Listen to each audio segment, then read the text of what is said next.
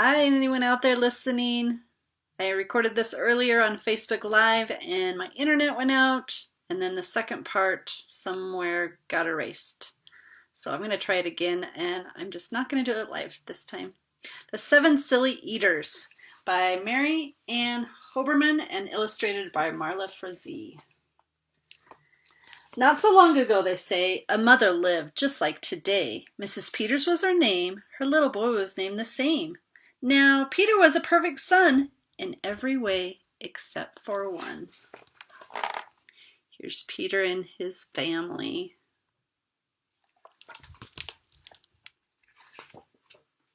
When Peter was just 1 year old, he did not like his milk served cold. He did not like his milk served hot. He liked it warm, and he would not drink it if he was not sure it was the proper temperature. But Mrs. Peters did not mind. She was a mother sweet and kind, and when his milk spilled on the floor, she patiently prepared some more. She'd take the bottle from the shelf and chuckle softly to herself. What a silly sort of eater is my darling baby Peter.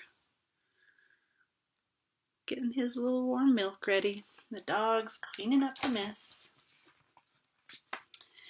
When Peter had not yet turned 2, another baby, sweet and new, was born. Dear Lucy, small and fair, with big blue eyes and curly hair, but long before this child was grown, she had opinions of her own, of what she'd eat and what she'd not. She hated milk, both cold and hot, and warm was worst of all. Instead, whenever Lucy dear was fed, she bellowed for pink lemonade, not from a can, oh no, homemade. Whoops. There she is, throwing out the milk, wanting that lemonade.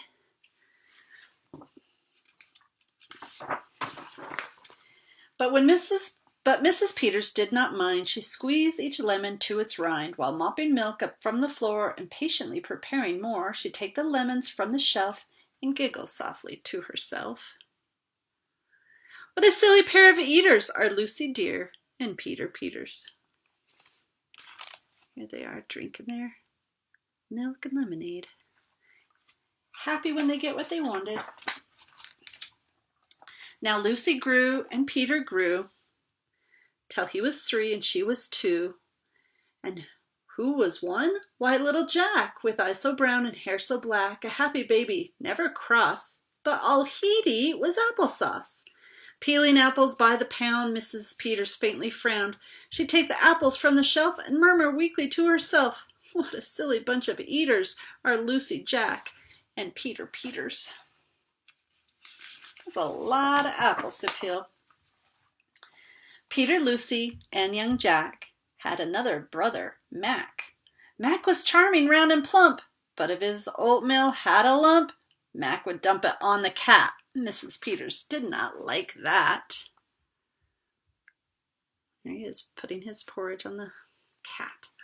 But since she loved her children 4, she strained the oatmeal 2 times more. She'd take it from the pantry shelf and mumble sadly to herself, what a foolish group of eaters are all my precious little Peters. So much work. Now she has 4. Here comes more. Before another year was through, who came along? Why, Mary Lou. She was darling, sweet, and bright, and had a healthy appetite. That is, as long as she was fed soft and squishy homemade bread. Poor Mrs. Peters got no rest, but still she did her very best. She did take the flour from the shelf and mutter feebly to herself, what a fussy bunch of eaters are all my lovely little Peters. A year rolled by. Oh, look at all those children. A year rolled by, the children grew. They really are a splendid crew, sighed Mrs. Peters, pinning pins and diapering her brand new twins. Little sister quick and smart, impossible to tell apart. But Flo liked poached eggs and Fran liked fried. If she mixed them up, they cried. Tired to the very bone, Mrs. Peters groaned a groan. She'd take the eggs down from the shelf and whisper weakly to herself, what persnickety young eaters are all my 7 little Peters. 7 children, all wanting to have their own little food. Now, time went by as time will do, and as it passed, the children grew. The problem was, as they grew, their appetites kept growing too, but not their choices of what to eat. Each child continued to repeat. They wanted what they had before. The trouble was, they wanted more. They're getting bigger, and their appetites are too. Poor Mrs. Peters. Creamy oatmeal, pots of it, homemade bread, and lots of it, peeling apples by the peck. Mrs. Peters was a wreck. She wiped her brow and heaved a sigh. Another year was passing by. In fact, she realized with sorrow her birthday would arrive tomorrow. Drearily she shook her head, and wearily she went to bed. She thought the children had forgot her special day, but they had not. At crack of dawn, they all began to carry out their secret plan. Mrs. Peters would be fed a birthday breakfast in her bed, a breakfast made of all the foods that kept them in such happy moods. So while their weary mothers slept, down the stairs the children crept, and from the cupboards and the shelves, happily they helped themselves. Cheerfully they chopped and stirred, preparing what they each preferred, but despite the pains that they took, since nobody knew how to cook, to measure things or make them hot, the more they tried, the worse things got. Kitchen is a mess. Well, it's going to be worse. First, Mac's oatmeal turned out lumpy, which made poor Mac turn grim and grumpy. In fact, the lumps got him so cross he dumped them in Jack's applesauce. This bothered Jack so much he threw it in the dough of Mary Lou, who tossed the mishmash that made straight into Lucy's lemonade. And that put her in such a huff she poured the icky, sticky stuff into the double frying pan that held the eggs of Flo and Fran, who flung the hodgepodge on the spot into the milk in Peter's pot. Everybody's food is going into everybody else's food. Look at this mess. But when they saw what they had done, they wished they had never begun. They hardly slept a wink that night, and still things hadn't turned out right. And even though they tried their best, it hadn't worked. They were depressed. They'd be in trouble too, unless they found some place to hide the mess. The oven seemed the perfect spot. They all forgot it still was hot. They stuck the pot inside, and then they all went back to bed again. At least they cleaned up. The clock struck 6, but on they slept. Meanwhile, their mother softly stepped down to the kitchen, smelled a smell. What could it be? She could not tell. It smelled so good. She sniffed some more and opened up the oven door.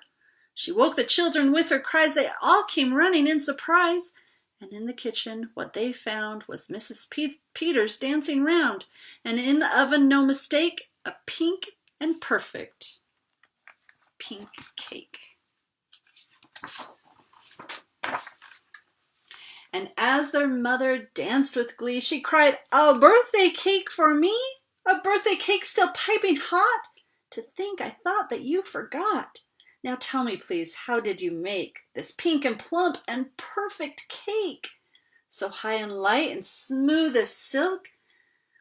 "It's smooth as silk from all my milk," said Peter. Lucy said, "It's pink from all my lemonade, I think." Whoops. "And from my apples," added Jack. "My oatmeal made it soft," said Mac. "My bread dough, too," said Mary Lou. Said Fran and Flo, "As for its size, it was our eggs that made it rise." Then everybody sniffed some more and danced around the kitchen floor. Oh, everybody's so happy. They put the cake upon a dish and lit the candles. "Make a wish," the children cried, "before you blow." And Mrs. Peters did just so. And what is more, her wish came true, as birthday wishes always do. Look at that pink, plump, perfect birthday cake. Yummy.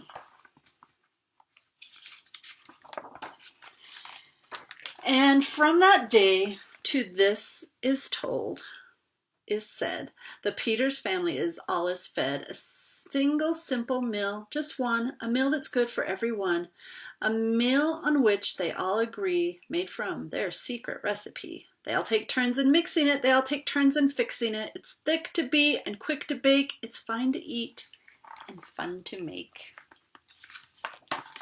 It's Mrs. Peters' birthday cake. Look at that perfect pink plump birthday cake right there. Okay, I'm sorry that I missed reading earlier, but I don't think anyone will mind. I'm glad that I didn't get it taken away for too long from my crazy alien.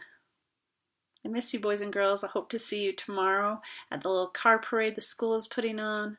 Keep on your porches, your balconies, or in your yard. Just wave to us. Hope to see you soon. Hope to see you tomorrow.